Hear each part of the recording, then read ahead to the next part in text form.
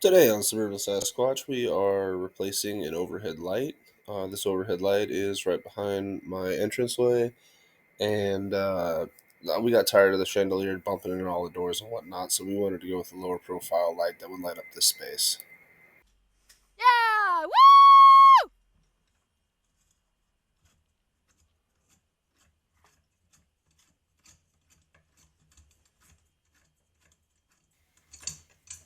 If you think advice like this is useful for other homeowners and whatnot, please make sure to give me a like and subscribe because I wouldn't be a YouTuber if I wasn't asking for it. Have a good one.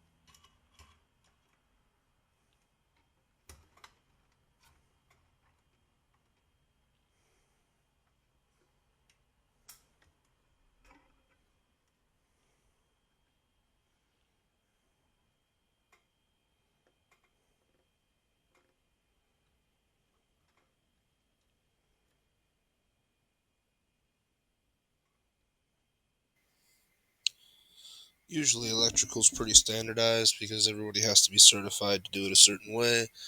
And most often, your white wire is your wire with the power on it, and the black wire is the ground wire. So, if you have white wire on your light, you put the white wires together, and if it's not white, you stick it on the ground line.